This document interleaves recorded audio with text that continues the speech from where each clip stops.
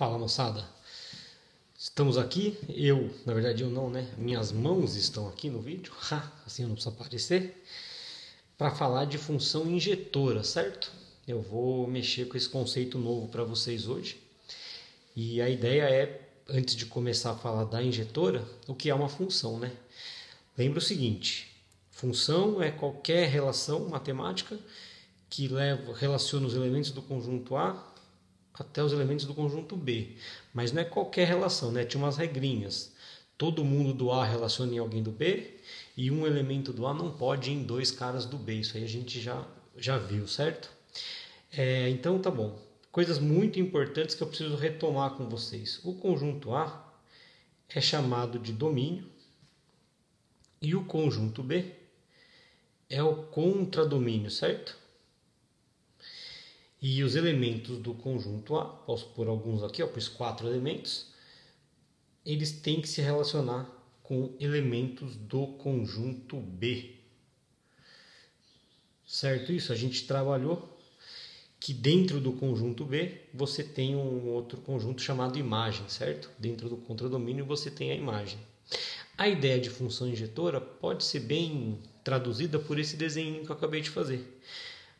A função injetora, a definição formal dela é a seguinte: sejam x1 e x2 com x1 diferente de x2, ou seja, sejam dois elementos, vou por aqui, x1 e x2, podia ser x3, x4 e assim por diante, elementos do domínio, ou seja, eles pertencem ao conjunto da onde sai a função, certo?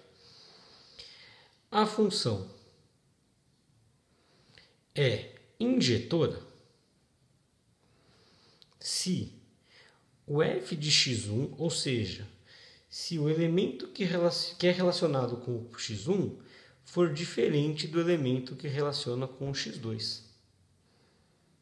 Certo? Então, dois elementos diferentes relacionam com dois elementos diferentes aqui. Isso é injetora. É muito importante dizer, vou dar uma observação aqui, que para você analisar se uma função é ou não injetora, você depende do domínio dela, certo? É esse conjunto que a gente analisa. Vou dar uns exemplos aqui para ver se a gente consegue enxergar um pouco melhor. Então, por exemplo, vamos dar um exemplinho aqui. Pega uma f, vamos fazer dos reais nos reais primeiro. Tal que f de x é igual a x mais 1. E vamos pegar aqui um outro exemplo. Vou fazer também dos reais nos reais. Tal que f de x é igual a x ao quadrado. E vamos ver o que acontece com isso aí. Bom, a primeira função, ela é fácil de fazer a conta. Ela basicamente tem no domínio quaisquer elementos, certo? Qualquer número real, né? E no contradomínio ele vai ter as respostas para esses números reais. A questão é, se eu pegar o número 0 e eu aplicar x mais 1, ele vai ligar no 1, certo? Porque 0 mais 1 é 1. Se eu pegar o número 1 e fizer isso, eu vou chegar no 2. Se eu fizer o 2, eu chego no 3. E assim por diante. Se eu pegar o menos 1, e eu fizer aplicar x mais 1 nele, ele vai para o 0.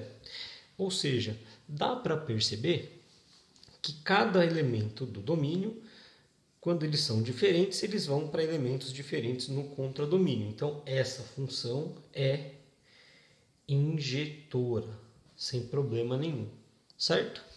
Já o segundo exemplo, vamos fazer ele rapidinho aqui. Se eu pensar no x igual a 0, de novo, para começar, 0 ao quadrado vai dar 0. Se eu pensar no 1 ao quadrado vai dar 1. Se você pensar no 2, o 2 ao quadrado vai dar 4. Parece que cada elemento diferente fica diferente aqui. Mas se você analisar um cara negativo, menos 1 ao quadrado, quanto que daria? Dá 1. Ele vem aqui, ó. você teria dois elementos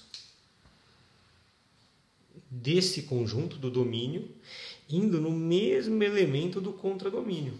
E aí, essa função f não é injetora. Certo isso, turma? Essa é a diferença de injetora e não injetora.